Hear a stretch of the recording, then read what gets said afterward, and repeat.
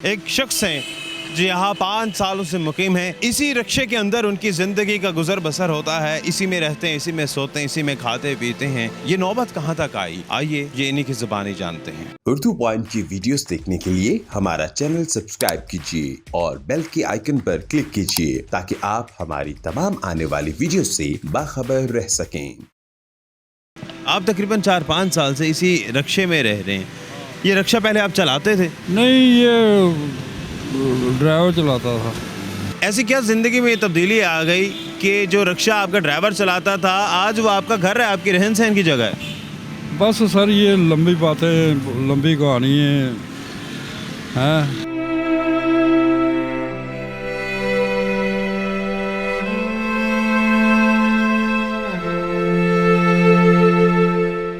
Rickshaw ख़राब है, नहीं चल सकता। चल जाएगा आस्ता आस्ता।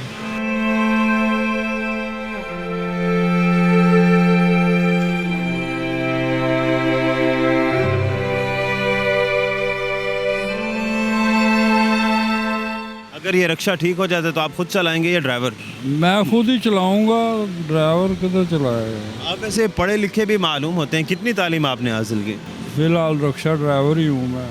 अच्छा सर, ये नौबत कहाँ तक आई? आपका ज़ाहिर है घर बार है, बाल बच्चे हैं, वो कहाँ हैं? इनको छोड़े आप।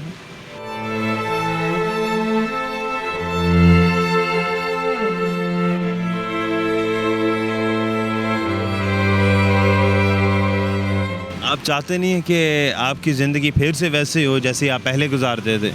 ऐसा नहीं हो सकता क्योंकि ये कुदरत के काम है। आप खुश हैं इस ज़िंदगी से?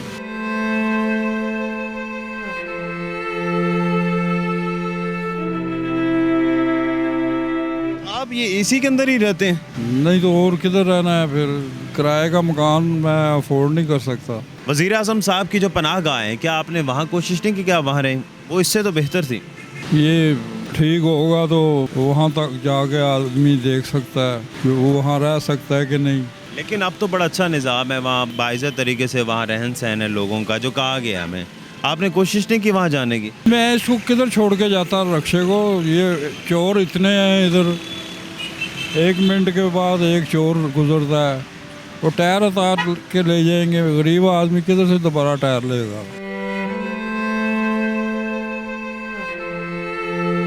आपने कोशिश नहीं की अपने बच्चों से, रिश्तेदारों से कहने की कि यार इसको ठीक करवा दो?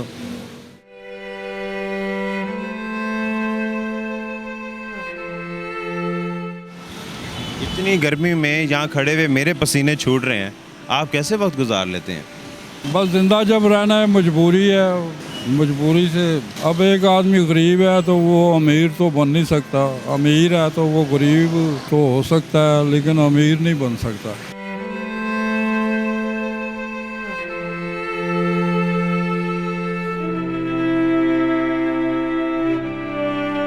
बूढ़ा हो गया हूँ, अब हिम्मत में जवाब नहीं, हिम्मत नहीं है इतनी।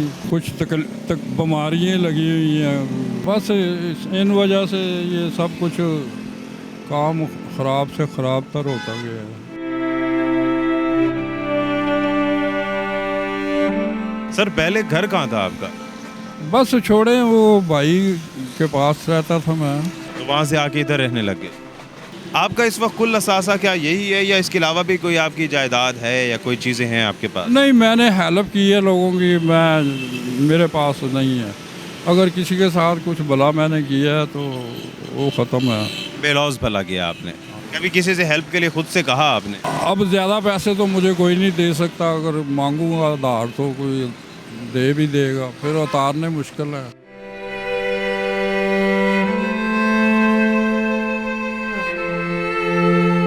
कोई ऐसा शख्स जो वीडियो देखने के बाद उसकी ये ख्वाहिश हो कि वो आपका रिक्शा बनवा के आपको दे दे खुद ही अपनी तरफ से, तो क्या तरीक़ाकार है? तरीक़ाकार तो यही है कि किसी का फ़ोन नंबर दे दूँ मैं, या हम ये चाहते हैं कि आप अपना रोज़गार बाइज़्ज़त तरीके से करें जिस तरह से आप पहले करते थे, या कम से कम आप ये चला सकें। अगर ये रिक्शा ठीक हो जाता है तो क्या आप इसे चलाने के काबिल हैं? आपकी तबीयत, आपकी सेहत इजाज़त देती है इस बात की? हाँ, थोड़ा थोड़ा चलाता रहूँगा। ज़िंदगी गुजार लेंगे इस तरह से? अब मतलब को खर्चा पानी तो कमा सकता है ना।